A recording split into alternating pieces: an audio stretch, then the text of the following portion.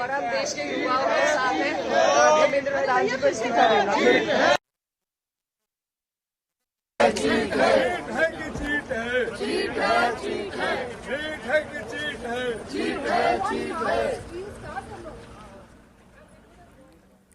तर नीट पेपर फुटी प्रकरणावरून संसदेबाहेर आंदोलन सुरू आहे। विरोधकांकडून या प्रकरणी आवाज उचलण्यात आलेला आहे। विरोधकांनी या मुद्द्यावर संसदेत चर्चा व्हावी अशी मागणी केली होती आणि त्यासाठीच गदारोळही केला होता। त्यानंतर लोकसभा अध्यक्षांनी कामकाज स्थगित केलं। काही वेळासाठी कामकाज स्थगित करण्यात आलं। तर संसदेबाहेर विरोधकांनीही घोषणाबाजी केली। नीट पेपर फुटी प्रकरणावरून त्यांनी घोषणाबाजी केलेली आहे। तर काही वेळापूर्वीची जंतर मंतरवरची ही दृश्य आहे। तिकडे जंतर मंतरवर मोर्चेकऱ्यांना पोलिसांनी सुरक्षा रक्षकांनी लाठीचार्ज करत पांगवलेला आहे आणि दुसरीकडे या मुद्द्यावर चर्चा व्हावी, धर्मेंद्र प्रधानांचा राजीनामा व्हावा म्हणून विरोधकांनीही आवाज उचललाय। नीट पेपर फुटी प्रकरणाचा हा मुद्दा देशभर चांगलाच गाजतोय।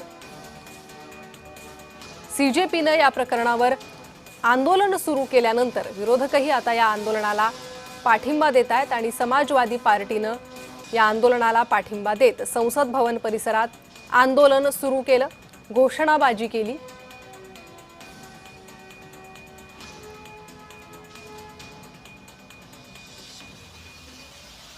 तर सीजेपीच्या आंदोलकांवर पोलिसांनी लाठीचार्ज केला। दिल्लीच्या जंतर मंतर मैदानावर मोठा गदारोळ झाला। पहिल्याच दिवशी अधिवेशनात विरोधक आक्रमक झाले। नीट पेपर फुटी, राम मंदिरातील दान चोरीवर चर्चेची मागणी करण्यात आली। दिल्लीच्या जंतर मंतर मैदानावर एकीकडे मोठा गदारोळ झाला आणि दुसरीकडे याच मुद्द्यावर चर्चा व्हावी यासाठी अधिवेशनात विरोधक आक्रमक झाले।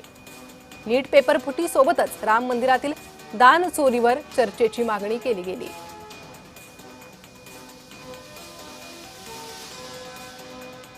तर या दोन्ही नीट पेपर फुटी संदर्भातल्या घटना। एकीकडे पावसाळी अधिवेशन सुरू झालं आणि पहिल्याच दिवशी लोकसभेत गोंधळ झाला। लोकसभा अध्यक्षांनी कामकाज तहकूब केलं। विरोधकांची मागणी होती पेपर फुटीवर, राम मंदिरातील दान चोरीवर चर्चा व्हावी। त्यामुळे विरोधकांनी गदारोळ सुरू केला होता। नारेबाजी से संसद की मर्यादा नहीं बनती है। प्लीज संबंधी उल्लेख के समय सदन की मर्यादाओं को बने रहिए। अपेक्षा तो करते हैं ना हम, नहीं, सदन के अंदर ये अपेक्षा है कि कुछ मर्यादाएं सदन की हमेशा रही है। उन मर्यादाओं परंपराओं को पालन करना सबकी जिम्मेदारी है। तर सीजेपीच्या आंदोलकांवर लाठीमार करण्यात आला। संसदेवर मोर्चा निघण्यापूर्वी आंदोलकांना रोखण्यात आलं। शिक्षण मंत्री धर्मेंद्र प्रधानांच्या राजीनाम्यावर आंदोलक ठाम आहेत। जंतर मंतर मैदानावर तणावाचं वातावरण निर्माण झालंय।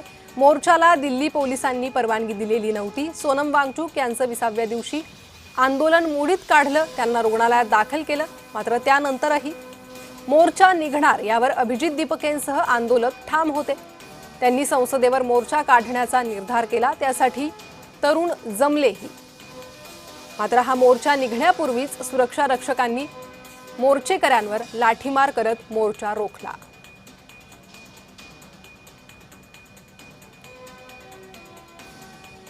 पुलिस रोक रही है जगह जगह पे और इनकी कोशिश है कि बच्चों की आवाज उठे ना, लेकिन ये देश का आंदोलन बन चुका है। ये किसी एक आदमी का आंदोलन नहीं है, ये किसी पार्टी का आंदोलन नहीं है। ये देश के करोड़ों बच्चे जो एग्जाम देते हैं, जो पढ़ते हैं मेहनत करके, उनके साथ जो धर्मेंद्र प्रधान जी धोखा कर रहे हैं, पेपर माफिया के हाथों में मोदी सरकार चल रही है, ये उसके खिलाफ आंदोलन है। पेपर चोरी हो रहे हैं, पेपर चोरी के खिलाफ आंदोलन है। धर्मेंद्र प्रधान को इस्तीफा देना चाहिए, शिक्षा मंत्री हैं वो।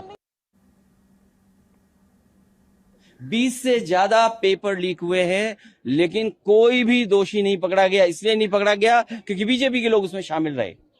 और नौकरी न देना इसलिए भी सरकार करती क्योंकि आरक्षण देना पड़ेगा।